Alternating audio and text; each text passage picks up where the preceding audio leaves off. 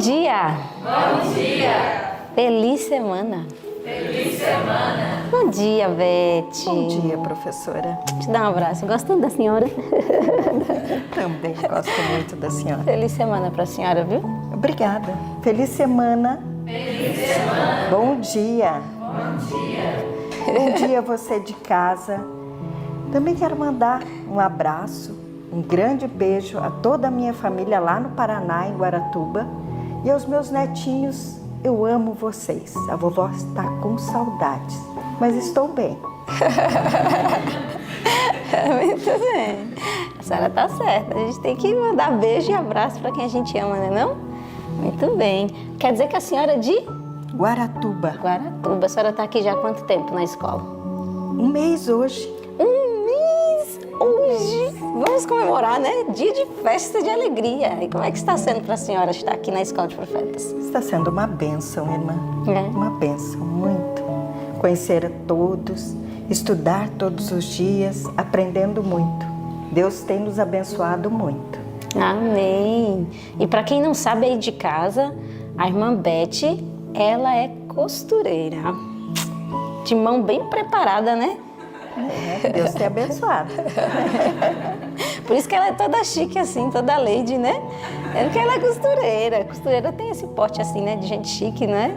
Muito bom, louvado seja Deus. Isso nos dá a entender, nos prova que o nosso talento pode ser o nosso ministério, né?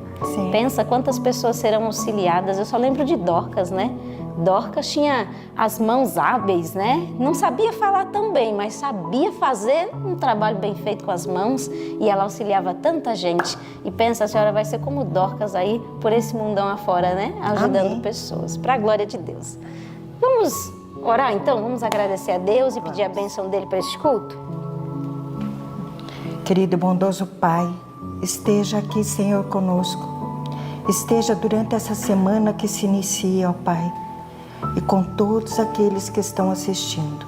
Senhor, toca o coração de pessoas para que venham à escola, Senhor, para que se tornem agentes seus, Senhor, levando a mensagem a todo mundo. Senhor Deus, nos abençoe, nos guarde, nos livre de todo o mal, Pai. Abençoe esse estudo para que possamos guardar no coração, Senhor, e seguir eles a todos os seus preceitos, Senhor. Senhor Deus, esteja com cada membro de nossas famílias, Senhor, e esteja com os nossos irmãos no campo, Pai, os abençoando, e com os nossos irmãos aqui. É isso tudo que lhe pedimos, em nome de Jesus. Amém. Amém. Veja, irmã Beth, nós somos missionários porque nós temos um objetivo. Sim. Nós queremos apressar a volta do Senhor Jesus, não é isso? Nós queremos vê-lo voltando nas nuvens do céu. E para isso a gente tem que pregar, tem que trabalhar muito. Só que quando será a volta de Jesus? Será de manhã? Não sabemos, né? Será pela tarde? Pela noite? É esse hino que a gente vai louvar o Senhor, né? Amém. Vamos louvar a Deus com o hino.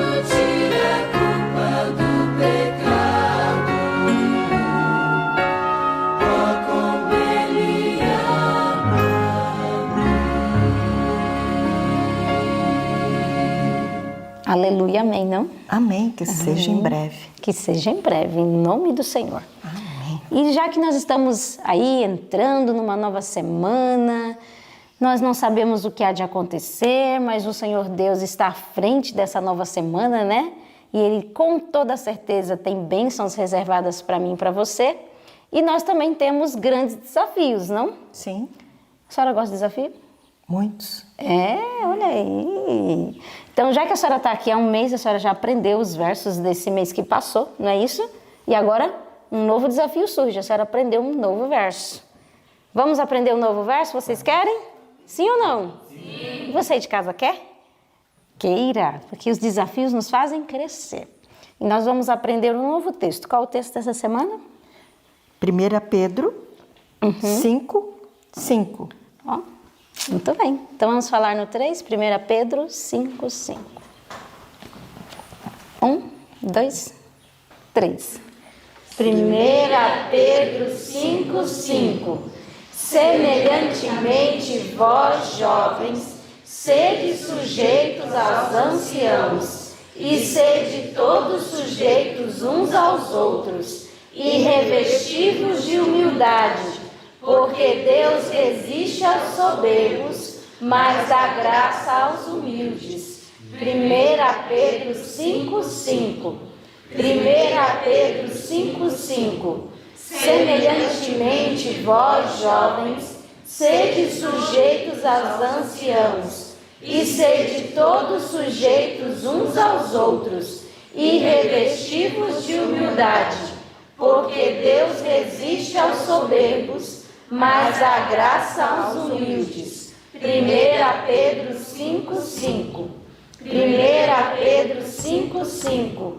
Semelhantemente, vós, jovens, sede sujeitos aos anciãos, e sede todos sujeitos uns aos outros, e revestivos de humildade, porque Deus resiste aos soberbos, mas dá graça aos humildes.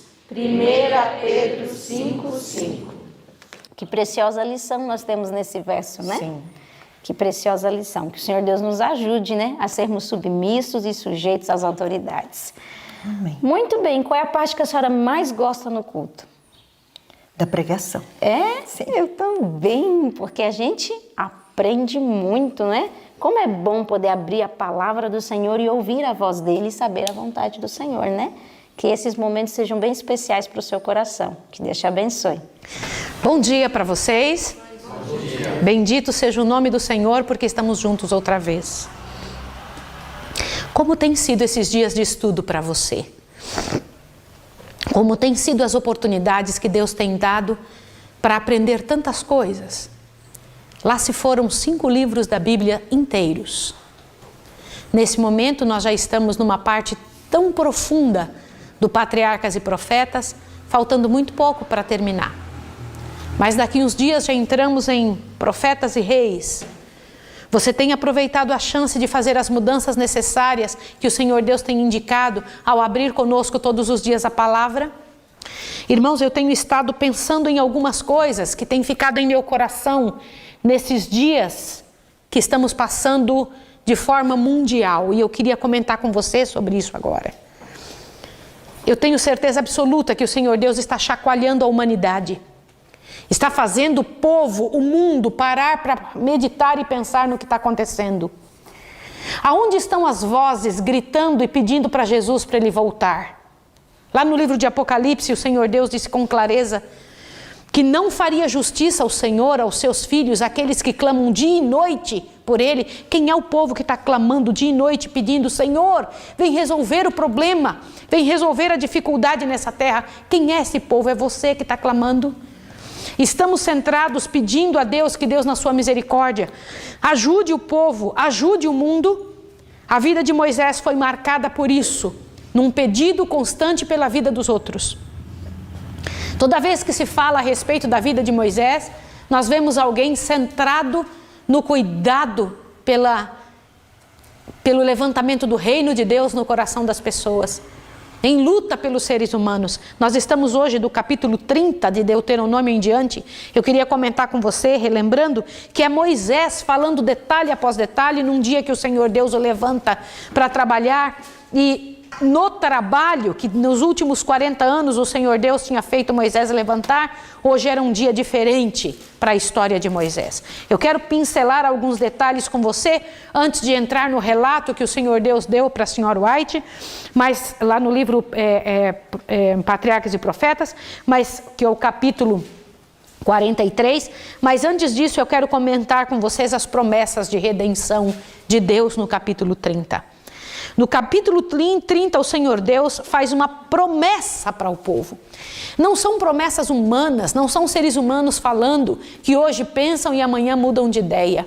É um Deus eterno fazendo uma promessa de redenção, onde ele diz assim, o verso 4 e o verso 5 de capítulo 30 de Deuteronômio: ainda que os teus desterrados estejam para a extremidade dos céus, de lá os ajuntará o Senhor teu Deus, e de lá os trará. O Senhor teu Deus te trará a terra que teus pais possuíram, e a possuirás. Ele te abençoará e te multiplicará mais do que aos teus pais. Irmãos, quando eu vejo o Senhor Deus usando a boca de Moisés para comentar isso e para dizer para o povo todas as coisas que Deus estava pronto a fazer, eu fico imaginando a resposta do povo.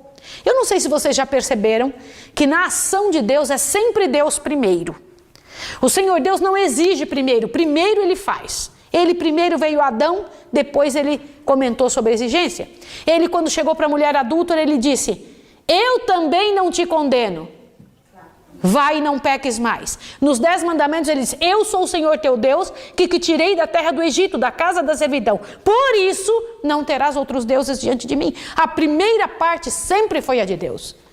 Deus sempre age primeiro antes de nós. Ele primeiro fez toda a promessa e depois ele usou a própria boca de Moisés para dizer o seguinte: os céus e a terra hoje eu tomo por testemunha contra ti, que te propus a vida e a morte, a bênção e a maldição. Agora escolhe a vida para que vivas, tu e teus filhos. Eu estou no verso 19.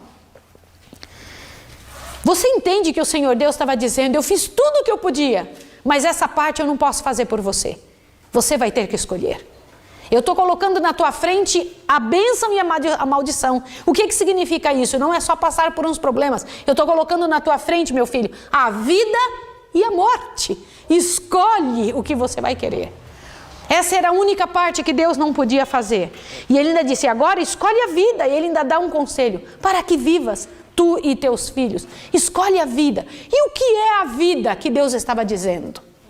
Algumas pessoas pensam que esta vida que é proposta por Deus aqui, olhe só, é só aquela que nós viveremos quando chegarmos no céu. Não é. Eu vou repetir o que eu estou dizendo. Quando o Senhor Deus está dizendo: escolhe a vida para que vivas, tu e teus filhos, Ele não está falando da eternidade somente, é também, mas Ele está falando da vida aqui. Só que antes da coroa vem a luta. Antes da coroa vem um sofrimento tremendo. Todos os que se colocarem do lado do Senhor passarão por lutas tantas quantas este mundo é capaz de oferecer, e as provações de quem enfrenta um mundo que anda ao contrário de Deus. Essa é a verdade, essa é uma realidade. Amando o Senhor teu Deus, dando ouvido à sua voz e apegando-te a Ele, pois Ele é a tua vida, e Ele te dará muitos anos na terra que jurou aos seus pais, Abraão, Isaque e Jacó. E então Moisés fez uma despedida de seu povo, povo por quem ele arriscou o seu nome no livro do céu. Verso 6 do capítulo 31, ele disse: esforçai-vos e animai-vos, não temais, nem vos espanteis diante deles, pois o Senhor seu Deus que vai contigo não te deixará, nem te desamparará. Eu quero comentar com você em nome de Jesus. Como pode um povo que o Senhor Deus disse que são vencedores, aliás, ele não diz isso, ele diz que somos mais do que vencedores, sermos vencidos por alguém derrotado? Como pode algo assim? O que é que nos faz derrotados se somos mais do que vencedores? O Senhor Deus, quando diz esforçai-vos e animai-vos, o que é que Ele quer dizer com isso? Porque o que Moisés estava falando era o que Deus estava dizendo. O que Deus estava querendo dizer quando Ele fala: não temais, nem vos espanteis diante de uma situação? É Deus que vai com você. Você que está aí lutando em nome de Jesus numa cidade, numa casa, na tua família. Você que está lutando contra a Covid, você que está lutando em nome de Jesus contra alguma doença miserável, contra algum pecado. Não temais, não vos espanteis, esforçai-vos e animai-vos. O Senhor Deus vai na frente. O Senhor Deus tem interesse por nossa vida. Força e coragem. E o Senhor Deus ainda disse, olha, aqui no verso 14, disse o Senhor a Moisés, ora, está próximo o dia da tua morte. Chama Josué e apresentai-vos na tenda da congregação, para que eu lhes dê ordens. Assim Moisés e Josué foram e se apresentaram na tenda da congregação. Lembra que Josué era aquele que estava ali, servindo a Moisés em todos os momentos. Onde Moisés ia, ele ia atrás, ele fazia, era diligente, cuidadoso. E na hora da maior provação do povo de Israel, Josué e Calebe ficaram do lado do Senhor. E o Senhor Deus retira Josué e coloca, fala, traga ele aqui. Ele vai ser o seu sucessor, né? E então o Senhor Deus deu uma ordem para Moisés. Moisés, eu imagino a situação e eu quero que você pense sobre isso agora. Irmãos, há 40 anos o Senhor Deus estava despertando Moisés, aliás, há 80 anos. Desde que Moisés havia saído do Egito em direção àquele deserto para estar com Jetro e então aprender com as pequenas ovelhinhas, o Senhor Deus acordava Moisés pela manhã. Mas nesse dia Moisés acordou de forma diferente. O Senhor Deus, todos os dias quando acordava, para um trabalho diferente. Moisés, vá e faça tal coisa para mim. Moisés, vai ali e dê tal orientação. Moisés, faça tal coisa. Mas nesse dia, Moisés estava sendo chamado. Acorda hoje, porque hoje você vai morrer. Esperar que alguém morra quando está doente, quando o prognóstico é de alguma doença ou de alguma coisa que a pessoa está passando, já é triste. Agora imagine um homem em seu pleno vigor, nenhum detalhe de sua vida representava morte, absolutamente nada. Moisés estava saudável. Diz no capítulo 33, verso 7, que tinha Moisés a idade de 120 anos quando morreu. Contudo, a sua vista não se havia enfraquecido, nem se havia fugido dele o vigor. O que vocês imaginam? Um homem totalmente são, ereto, competente, com todas as forças da juventude em seus 120 anos. E o Senhor Deus dizendo, você vai morrer hoje. Irmãos, eu quero comentar com vocês um negócio interessante. Quando Deus trabalha numa vida, é Ele que determina o que será e como vai ser. E o Senhor Deus cuidava da vida de Moisés. Você hoje vai morrer. E eu tenho 3 incumbências para você. Como todos os dias Deus tinha incumbência, nada diferente no dia de sua morte. Hoje você vai se levantar e compor um hino. Que hino é esse? Por favor, capítulo 31, verso 22. Observa um detalhe interessante sobre o verso 22. Diz assim, assim Moisés escreveu este cântico naquele dia e o ensinou aos filhos de Israel. Ele compôs um hino no dia de sua morte. Eu quero perguntar para você, quais são as coisas que vão ficar a respeito de você depois que você se for? Se você fosse tirado hoje, como iriam lembrar de você? Que tipo de orientação o mundo teria a respeito de sua vida, do legado que você deixa? O cântico que Moisés produziu, compôs naquele dia, é um dos maiores e mais perfeitos cânticos que a Bíblia pode trazer.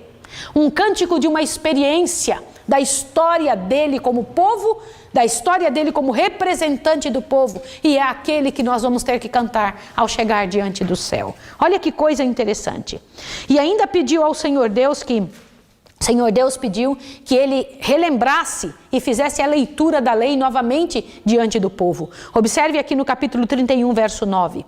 Moisés escreveu esta lei e entregou aos sacerdotes, filhos de Levi, que levavam a arca da aliança do Senhor e a todos os anciãos de Israel. Ordenou-lhe Moisés, ao fim de cada 7 anos, ao chegar o ano da remissão, na festa dos tabernáculos, quando todo Israel vier apresentar-se diante do Senhor teu Deus, no lugar que ele escolher, lerás esta lei diante de todo Israel para que a ouçam. Reunireis o povo, homens, mulheres e crianças e estrangeiros, que se achegarem nas vossas cidades, para que ouçam, aprendam a temer ao Senhor vosso Deus e tenham cuidado de observar todas as palavras desta lei. Então era para ser lido de 7 em 7 anos, com todo o cuidado do mundo, a lei do Senhor. E mais uma incumbência o Senhor Deus havia pedido para Moisés: reúna todos os filhos de Israel. Reúna todas as tribos a partir de suas cabeças, a partir dos filhos de Jacó. Eles então, aqueles representantes destes filhos, devem se colocar na frente como representantes de cada tribo e você vai abençoá-los. E eu queria chamar a sua atenção que Moisés ocultou o nome de Simeão. Vocês perceberam isso? Quem de vocês notou isso? Moisés ocultou o nome de Simeão. Essa omissão foi devido à desaprovação ao comportamento daquela tribo em Sitim. Eu queria que vocês soubessem disso. Tá bem? Então isso é uma situação muito interessante. Eu queria que vocês pensassem novamente no que eu estou dizendo. Na hora de receber bênçãos, Moisés ia abençoar, por ordem divina, cada tribo. E Moisés ocultou o nome de Simeão. Porque, eu repito para você, por desaprovação a um comportamento que ele teve perante o povo. Para você ver que coisa séria é tomar com liberdade ou tomar um posicionamento com um pecado de mão levantada. O que é isso? Dizer, eu sei que eu estou errado, mas eu quero fazer. Você está entendendo isso? Isso é coisa muito séria. Isso é coisa muito delicada diante do Senhor. Foi desprovido de uma bênção verbal diante de todo o povo de Israel. Isso é coisa muito séria. E ali está Rubem, Simeão, Isacar, Zebulon, Levi, Naftali, estão todas as tribos. E Moisés foi falando de um após outro aquilo que esperava e que o Senhor Deus, em visão profética, estava dizendo a respeito de cada tribo. E assim que ele terminou de dar as bênçãos a cada um deles, que estavam em pé diante de Moisés, Moisés virou as costas e começou a subir. Mas antes disso ele disse a seguinte frase, que está no capítulo 33, verso 26 em diante. Por favor, leiam comigo isso aqui agora. Não há outro, ó Jesurum, semelhante a Deus, que cavalga sobre os céus para a tua ajuda e com a sua alteza sobre as mais altas nuvens. O Deus eterno é a tua habitação, o teu apoio são os braços eternos. Ele expulsa o inimigo de diante de ti e diz, destrói-o. Portanto Israel habitará em segurança e a fonte de Jacó a sós, na terra do grão e do vinho novo, onde os céus destilarão orvalho. Bem-aventurado és tu, ó Israel! Quem é como tu, povo santo do Senhor? Ele é o escudo do teu socorro e a espada da tua glória. Assim os teus inimigos te serão sujeitos e tu pisarás sobre os seus altos. Olha para cá agora em nome de Jesus, que eu preciso comentar uma coisa com você. Nessa hora então, Moisés então vira as costas e começa a subir o Monte Nebo.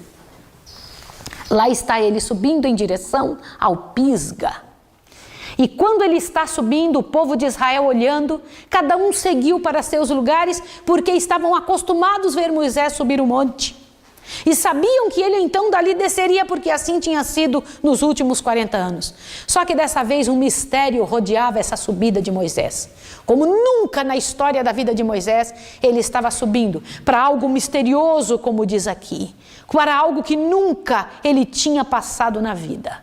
Ele sabia que não voltaria. Ele tinha certeza absoluta que dali, no momento em que ele estivesse subindo, era de uma vez por todas. Que trato de Deus com seu povo? Uma mistura de misericórdia e de justiça. Eu vou explicar para você o que é graça e o que é justiça. Abra seus ouvidos aqui para que você entenda. Moisés rogou tanto a Deus, me deixa passar daqui. E o Senhor Deus disse, é muito sério o erro da liderança. O Senhor Deus disse, não, você não vai. E quando ele insistiu, ele falou, não me fale mais sobre esse negócio. Por quê? Porque você tomou uma posição seríssima. Parecia uma coisa tão simples. A perda de paciência em cima de uma situação, ainda que tivesse sido instigado por outras pessoas. Ainda que parecia que ele tinha uma razão por fazer isso. Mas o Senhor Deus disse não. E ele não pôde entrar na terra prometida. Presta atenção que eu vou te falar. Qual a diferença entre justiça e graça? As pessoas que vão estar fora da cidade santa, quando a cidade santa descer depois do milênio, e estiverem prontas para morrer, que vão ressuscitar podres, vão ressuscitar cheias de ódio, que vão ressuscitar com a marca do pecado e da desgraça de Satanás, elas estarão lá porque elas mereciam. Isso é justiça. As pessoas que vão estar dentro da cidade santa, cheias de brilho e de luz, altas e fortes, cheias de saúde, vão estar dentro da cidade santa, abre seu ouvido agora, porque não mereciam. Isto é graça. Entende o que eu estou lhe dizendo? As que estiverem fora estarão lá porque mereciam, isso é justiça. As que estiverem dentro vão estar dentro porque não mereciam. Isto é graça. Isso deve fazer você pensar. Moisés então foi concedido a ele subir ali, e enquanto ele está subindo, o coração dele apreensivo, eu posso imaginar Moisés de costas caminhando, e o Senhor Deus então falando com ele, e ele perguntando: Senhor, eu estou indo para a hora mais séria da minha vida, foram perdoados todos os meus pecados? Uma mancha tinha na vida dele que ele tinha dúvida a respeito. Senhor, será que eu estou pronto para esse momento? E então lhe foi assegurado que ele tinha sido perdoado. Olha que coisa fantástica. Como é bom alguém no dia mais sério de sua história estar certo de que Deus está com ele. Que importante isso, é a coisa mais importante da vida de alguém. E de repente Moisés então ouve o Senhor Deus dar uma orientação, ele olha para trás e ele vê o povo, cada um indo em direção a seus trabalhos, às suas ocupações no meio daquele deserto, um pouquinho antes de entrar na terra prometida. Lá está Moisés observando e o Senhor Deus diz para ele: Moisés, continua caminhando. Eu fico imaginando que cada passo ele deve estar pensando: é agora? Será que é agora que eu vou morrer? Porque ele nunca tinha passado por isso. E não somente nunca, é óbvio que ele nunca tinha morrido, mas ele nunca tinha passado pela experiência de esperar morrer.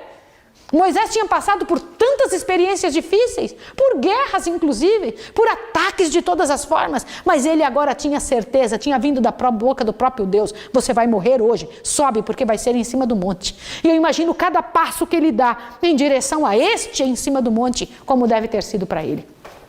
Num certo momento, o Senhor Deus fala para ele de novo: Moisés, olha de novo. E ele olhou. Quando ele olhou, ele não viu mais o povo de Israel. E o que ele enxerga agora, eu faço questão de ler para você. O que Moisés enxerga nesse momento é algo tão tremendo, é algo tão grande, que não dá para explicar. Eu acho que ele se pergunta: o que é isso? Onde está o povo que eu acabei de enxergar? O povo que estava ali embaixo não é mais o mesmo. Olha lá. Dá no Patriarcas e Profetas, no parágrafo que começa assim: foi-lhe agora apresentada uma vista panorâmica da terra da promessa. Todas as partes do território estenderam-se diante dele, não desmaiadas e vagas à turva distância, mas mostrando-se claras, distintas e belas à sua visão deleitada. Naquele quadro, foi a ele apresentado não como então se mostrava, mas como se tornaria com as bênçãos de Deus. Sob a posse de Israel, parecia a estar a olhar para um segundo Éden. Havia montanhas revestidas dos cedros do Líbano, colinas pardacentas pelos olivais e olentes pelos perfumes das vinhas, amplas e verdes planícies a brilhar com flores e abundantes em frutos. Aqui as palmeiras dos trópicos, ali os campos ondulantes de trigo e cevada, vales ensolarados, melodiosos com o murmúrio dos regatos e os cânticos dos pássaros, boas cidades, belos jardins, lagos profusos na abundância dos mares, rebanhos a pascerem nas colinas e mesmo entre as rochas os acumulados tesouros da abelha silvestre. Era, na verdade, uma terra como que o Senhor Deus, como que Moisés, inspirado pelo Espírito de Deus, descrevera a Israel: bendita do Senhor, com o mais excelente dos céus, com o orvalho, com o abismo que jaz abaixo e com as mais excelentes novidades do sol, e com o mais excelente dos montes antigos, e com o mais excelente da terra, e com a sua plenitude. Olhe para cá, o que Moisés estava vendo? Na palavra de Deus existem algumas partes que são a história que está sendo contada, outras partes que são cânticos e música de louvor a Deus, mas outras que são profecias do que ainda haveria de acontecer. Mas no que você está ouvindo aqui agora, não é um e nem outro.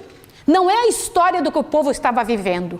É uma parte do tempo que raramente se fala a respeito. É como teria sido caso tivessem seguido o que Deus pediu. Moisés estava enxergando, estava tendo uma visão do que poderia ter sido. Eu te pergunto, olha que coisa tremenda. O povo de Israel, quando saiu do Egito como escravos, Teriam sido o maior povo da terra se seguissem ao Senhor? Sim ou não? Teriam.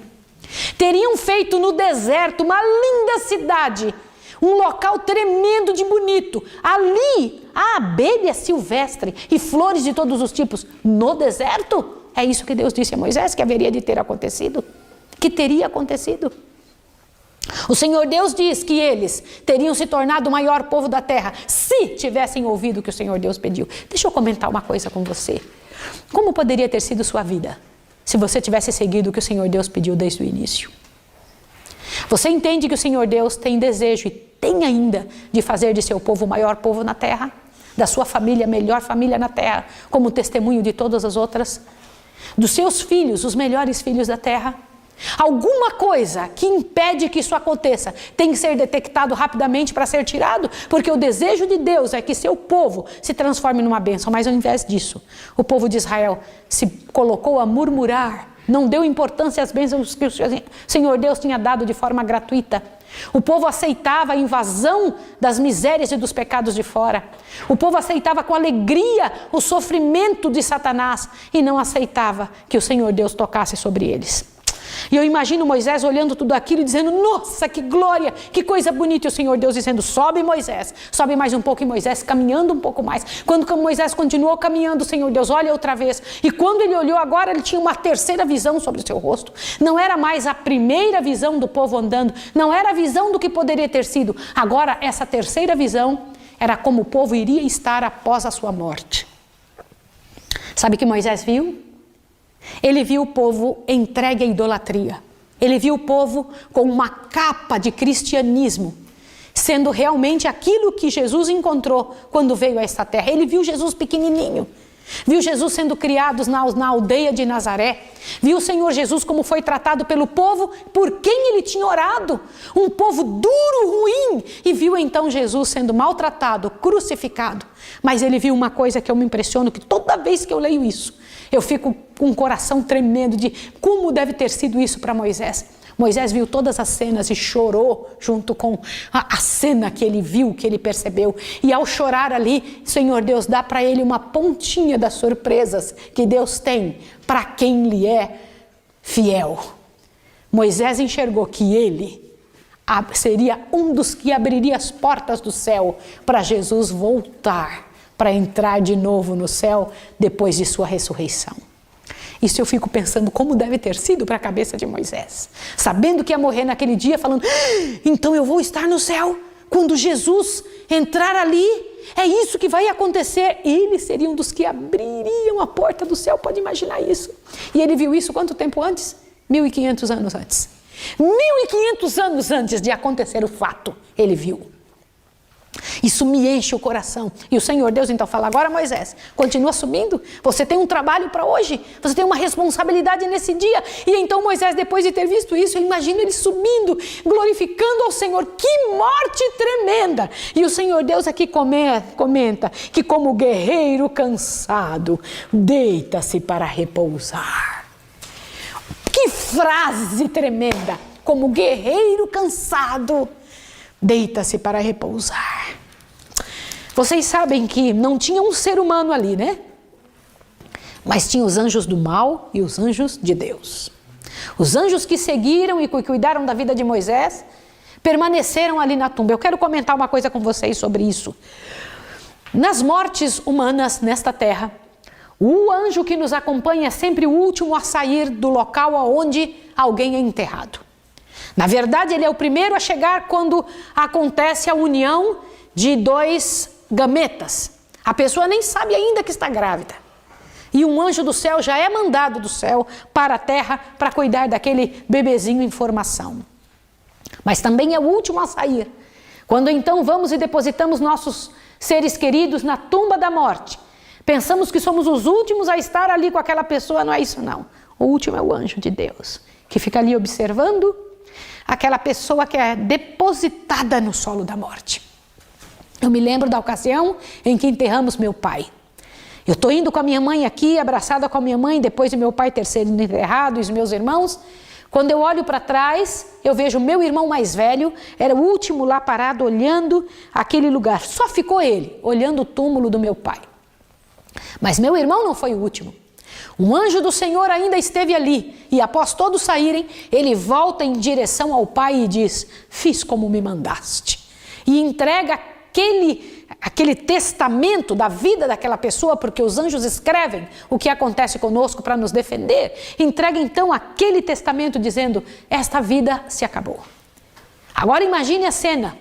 Na morte de Moisés foi diferente. Os anjos não saíram dali, permaneceram. Eu imagino que Satanás observou aquilo, mas isso é diferente de toda outra situação. Os anjos permaneceram ali, não saíram do túmulo. Olha que coisa interessante. Olha o que diz aqui a revelação. Eu vou ler para você. Olha só. Está escrito no parágrafo que começa assim, ó. Desvaneceu-se de novo a visão e seus olhos repousaram sobre a terra de Canaã, que esteve à distância. Então, como guerreiro cansado, deita-se para repousar. A última frase deste parágrafo diz assim: anjos de Deus, porém, sepultaram o corpo de seu fiel servo e vigiavam a sepultura solitária. Acharam isso? Ali ficaram os anjos, parados. Que coisa interessante. Por que os anjos tiveram essa ordem do céu? Agora veja, nunca mais se levantou em Israel um líder tão grande quanto Moisés, nunca mais. Há algo grandioso que se apodera da vida de quem luta por alguém. E foi assim com Moisés. Só que aconteceu uma coisa, Rebequinha. Quando Moisés foi enterrado no local em que ninguém sabe, que ninguém conhece, diz que o próprio Senhor o enterrou. Foi o próprio Senhor que ocultou o seu cadáver. Não sei como é que isso aconteceu. A revelação só diz que o Senhor ocultou e o enterrou. Pronto. Agora te assuste. Num certo momento, a primeira vez na vida de um Deus estava por acontecer. Sai a ordem do céu diretamente para Jesus, o Filho de Deus. Vai e me traga aqui, meu filho Moisés. Era a primeira vez na história do universo que Deus iria agir de alguma forma para ressuscitar uma pessoa. Nunca tinha acontecido isso em todo o tempo da eternidade. O primeiro. Pode imaginar algo assim? E lá estava descendo. Como ficou o coração de Jesus ao cumprir a ordem de uma primeira vez em sua vida? Imagine que isso é algo tão grande, irmãos, que é dar o que Deus mais gosta de dar: vida, ressuscitar. E sai uma comitiva celeste. E os anjos estão aqui no local do túmulo de Moisés. E os anjos descendo junto com o próprio Senhor Jesus em direção à terra. E diz que os anjos de Satanás e o próprio Satanás estava ali. Podem imaginar algo assim? Então vem vindo aquela comitiva e ainda tenho algo dentro do meu coração, sabe? Eu acho que toda vez que os anjos do céu vêm descendo à terra por alguma ordem do céu, eu acho que Satanás fica alerta. O que eles vêm fazer? O que vêm fazer aqui? Porque ele se acha dono desse espaço, né? E eu imagino ele correndo em direção ao local onde ele está vendo que está vindo os anjos de Deus. Então a comitiva celeste vem junto com Jesus e pousam ali no lugar. E quando pousam ali, Satanás vem correndo. O que você quer aqui? O que você quer aqui? Diz que Jesus nunca falou e nem discutiu com Satanás. Nada. Vocês sabiam que não se deve discutir com Satanás? Eu fico impressionada de ver essas apresentações de TV de alguns pastores, de alguns líderes religiosos brigando com Satanás. Como é que é? Nada disso, isso não se faz. O próprio Senhor Jesus diz que não ousou, olha só, discutir com o príncipe das trevas. Simplesmente disse: o Senhor te repreenda. E continuou o seu trabalho. É assim que a coisa tem que acontecer. Você não tem que dar satisfação nenhuma. O Filho de Deus, a majestade do céu, e diz que foi em direção ao local onde estava Moisés. Agora imagine, a última coisa que Moisés tinha ouvido foi: fecha seus olhos, Moisés. E Moisés tinha fechado os olhos. E agora, o Senhor Jesus, ninguém mais, ninguém menos do que o Filho de Deus, vai até onde ele está. Eu imagino Jesus fazendo isso, sorrindo, e o coração de Jesus, tum, tum, tum, tum. E ele chega ali onde está e fala: abre os olhos, Moisés. Só que dessa vez, para nunca mais fechar.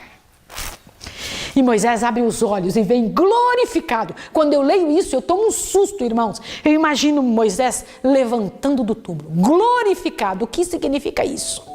E os primeiros olhos que ele enxerga são os olhos de Jesus. E Moisés começa a ser levantado da terra. E aqueles anjos ali vendo aquela cena, primeira vez que os anjos veem isso, o céu inteiro observando, todos os anjos olhando, e então Moisés é levantado e os anjos do mal devem ter ficado olhando assim, porque é isso que os anjos do mal, Senhor Deus, recebem. A frustração de não ver seus planos concluídos. E então sobe Moisés junto com uma comitiva celeste. Que coisa linda, que coisa tremenda. E eu imagino ele subindo, entrando os portais do céu. Um de nossa raça subindo em direção ao céu. Não foi o primeiro a entrar ali, foi o segundo, sim ou não? Mas foi o primeiro ressuscitado. Isso é tremendo. Antes dele, eu imagino Enoque falando: puxa, vem aqui, eu estava seguindo a sua vida. Eu imagino como deve ter sido isso ao chegar nas cortes celestes. E os anjos e os seres dos outros mundos, em tudo que é lugar, vindo conversar com Moisés. Me fala, que coisa tremenda. Quer tocar naquele que foi glorificado, o primeiro entre nós glorificado depois da morte. Imagine uma cena assim. Irmãos queridos que estão me ouvindo, em nome de Jesus, o Filho de Deus, existe para nós uma obra a ser feita. Primeiro, sair do Egito. Depois disso, sofrer as agruras junto com o povo de Deus. E sofrer pedindo a Deus: Senhor, não me tire do meio desse povo, me ajude a lutar por ele. Esta é a posição de quem entendeu o Espírito de Cristo. Lutar por quem está em miséria. E lutar ferventemente para que pecado algum, para que miséria alguma esteja sobre o povo por sua culpa. E então chegar ao final de sua história como vencedor, como alguém que se entregou ao Senhor e que recebeu com humildade as culpas e o resultado e as consequências de sua culpa, e toma na mão aquilo que Jesus faz, a troca que Jesus faz de não dar o que merecemos, mas dar a nós o que Jesus merece. Foi o que Moisés recebeu. Moisés também recebeu o que Jesus merecia. Ele não recebeu o que ele merecia. E entrar um dia na Canaã celestial, sermos transladados daqui, subir e sermos levados diante de todos os olhos de todos os mundos, junto com os anjos, para morar para sempre com o Senhor. É o que você quer? É o que você deseja? Eu peço em nome de Jesus que você coloque a sua vida em dia, que clame ao Senhor, que lembre-se que fazemos parte de um povo santo diante de Deus. Como o Senhor Deus diz: quem é como tu, ó Israel, povo salvo pelo Senhor? Tome posse da vitória que Deus quer dar. Não tenha nenhuma conversa com o inimigo, diz: que o Senhor te repreenda, e saia seguindo, mesmo que seja em direção à morte, porque o Senhor Deus é capaz, sim, é capaz de ressuscitar. Eu vou orar pela sua vida agora. Vamos agradecer ao Senhor. Vamos pedir a Deus que Deus nos abençoe, que Deus cuide de nós. Santo Deus e amado Pai, Senhor, nós não sabemos o que será daqui a pouco. Nós queremos ter uma comunhão contigo tão perfeita, a ponto do Senhor nos dizer: é para cá, é para ali, aqui está o caminho pelo qual vocês devem andar. Senhor, o Senhor está colocando diante de nós a vida e a morte. Queremos escolher a vida, Senhor, em nome de Jesus. Faça o que for preciso em nós para que escolhamos a vida, Senhor, para te servir, para seguir os teus caminhos. Pai Santo, que nesse jejum, que nesses 10 dias de oração, o Senhor toque, o Senhor levante a sua mão sobre o seu povo, sobre a nossa casa. Oro nesse momento pelo pastor Moisés de Carvalho, Senhor, representando todos os outros que estão com a Covid, Pai Santo. Em nome de Jesus, eu clamo a Ti pela Tua bênção, pelo Teu poder em cima da nossa vida. Que seja feito somente a Tua vontade. E que se algum de nós vier, Senhor Deus, para o sono da morte, se algum vier, Pai de amor, descansar o sono da morte, que a Tua bênção, Pai de amor, seja sobre nós de tal maneira que o Senhor nos ressuscite para a Tua glória. Em Tuas mãos entrego a nossa casa, entrego a casa destas pessoas, te pedindo, nos ajude a sermos fiéis, em nome de Jesus. Amém, Senhor. Amém.